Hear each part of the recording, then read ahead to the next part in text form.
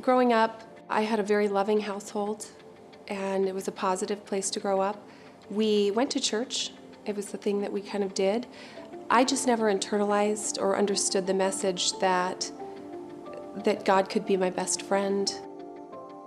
At a point in my life, because of the pressure I felt of needing to be something that God would accept, I decided to turn against Him altogether because I didn't think that I could be what God would want me to be. For me, God was not a loving, nurturing father. He was scary, and he was judging and condemning, and it felt safer for me to reject God altogether because I didn't feel I could be what He wanted. And when I got to college, that first night there, some girls invited me to go out, and I felt important, like they want to go out with me. And I didn't really know what that meant. I had maybe had one beer in my life before that, but I was always a very good, straight-A student kind of kid. Wanted to please my parents. I drank for the first time, like really drank. And I felt prettier, I felt smarter, and I think that's the moment where the God-shaped hole in me, I started filling with alcohol. Once I started drinking, that became my number one love in life. Alcohol became my God. It was at 30 that I just was literally alone, without relationship with anyone, and it became my best friend and also my worst enemy. I was an alcoholic. I kept being called to a specific book that talked about God, and I kept rejecting it and putting it back because I was not interested in reading anything about God. And eventually, somehow, and I believe this is divine intervention, I ended up buying that book.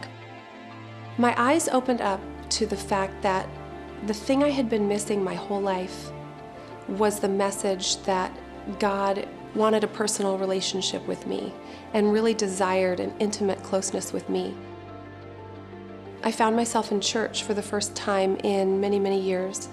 I left church that day and had a great day, and I went home and proceeded to drink. That was the unmanageability of my situation, is I had to.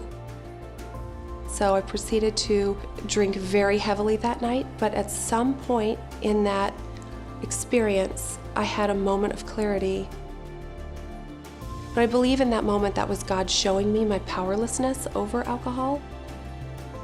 I received a phone call from a family member who invited me to their house and introduced me to a 12-step program. That was the last time I ever took a drink. That was September 7th of 2009, so 9 years ago.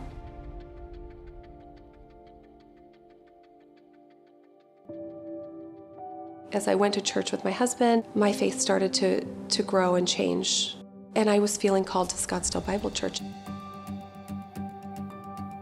I have a lot of friends that go to Scottsdale Bible Church that were in the moms group and things like that. I could feel then that this was the place that I was to make my spiritual home, my church home, because the messages that we received every week are so life-changing and have grown our faith so much. And the joy that we experience every minute that every time we set foot on the campus, there's nowhere else that we would rather be. When I became willing, just a little bit, to believe, God busted the doors open and the sunlight of His Spirit came rushing through. It's a profound peace that I could not get from anything in this outer world. For years, I was a prisoner to alcohol, to substances, to all the things in the world that I was using to fill that hole inside of myself that only God could fill. And today, God has restored me to a woman of purpose, a woman who has courage, and most importantly, a relationship with Christ that I would not be here today in this position if I didn't have that relationship with Christ. And for that, I will forever be grateful.